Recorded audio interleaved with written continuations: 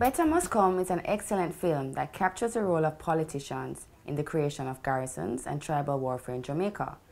What did you do for research in preparation for this film? Well, Better Must Come, you know, first of all, how I even came across wanting to tell that story was I didn't know about the Green Bay Massacre and a lot of things that happened during this very intense political war in the 70s up to 80. You hear about it, my parents might have mentioned it to me, but it's not something we were ever taught.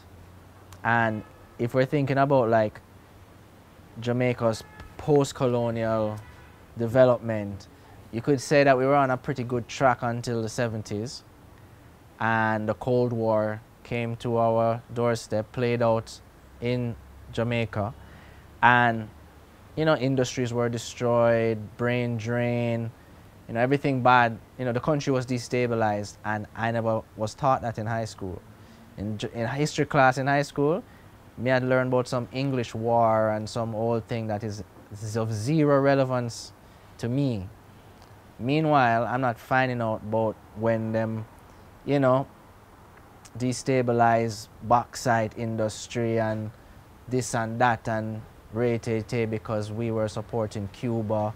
You know, nobody talks about that. So for me, I was just like, yo, this is something that is so essential to where the country is now, something that I never know. So clearly, just for that alone, like, let's start a conversation.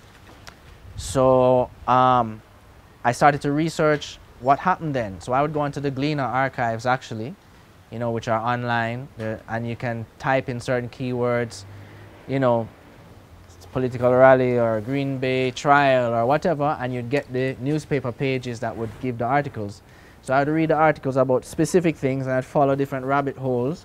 But then a lot of times those newspapers would give you hints about what life was like otherwise, because there's other articles on the same page. Might be an article about, you know, even a fashion pin-up, but then there might be another article about an unsolved murder that, you know, someone walked up and asked somebody about political affiliation and killed them and walked away. And it's very minimal amount of information, but how it's delivered, it gave you a very clear idea, oh, this was really, the thing was really happening in this way. So I just took pieces from that, read a lot, and then built out the characters. Sometimes the actors would bring a certain amount of themselves into the role too, which is how I like to work. And that's how the story came together, and that's why I thought it was important to tell that story, because we don't realize that we're still living it. You know what I mean? Like the incursion into Tivoli in 2010 is not so far removed from like what happened at Green Bay. It seems very different, the scale is different, the amount of dead and damage is different, but there's still an equation that keeps kind of playing off. You know what I mean? A reliance on the state, the underworld, and you know, to keep this Jamaican thing moving. And we see it playing off majorly right now, you know what I mean? So I think that film is gonna ever be relevant, you know what I mean? Well, let me hear you say,